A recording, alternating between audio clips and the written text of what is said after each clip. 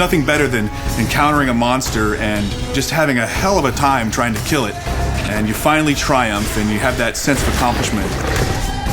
You know, there may be 10 ways to defeat this enemy. One way is the best, and you figuring that out is what makes that exciting.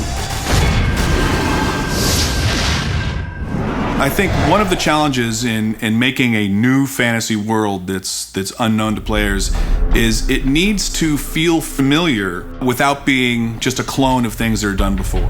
Get it? Yep. All right.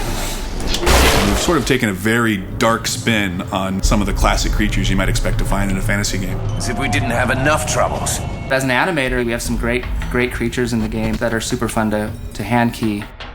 We look at references, spiders and alligators, reptiles, birds, all these things. And it's going on the stage and shooting all day in motion capture. Action. The studio here is great to just fire it up. You can take an idea, motion capture it, process it, and put it in the game, the same day. Run for it!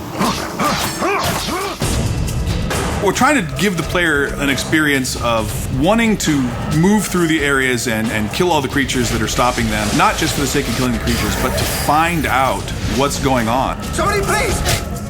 Help me! We have a core creature, which is the Wargar. Their race is kind of what was underneath this town. And somehow they got perverted. Something happened. They're kind of reptilian looking, and we kind of just try to creep them out a little bit, so you look at tarantulas and just get that kind of feel. Their deepest desire is to become like spiders. As you fight them, you start to see more and more strange variations on them, until eventually you come upon an infected.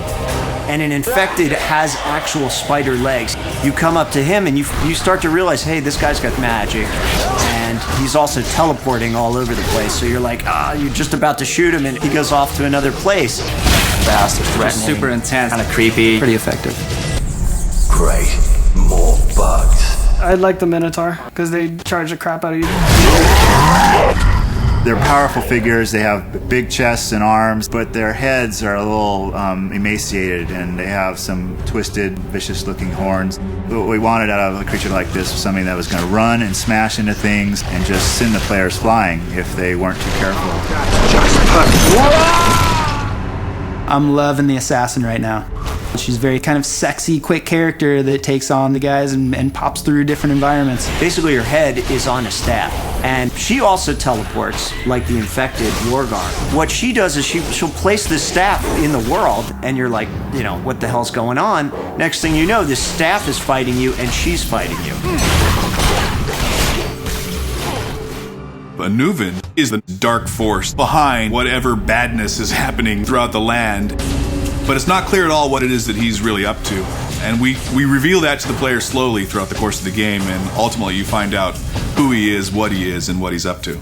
Good for you.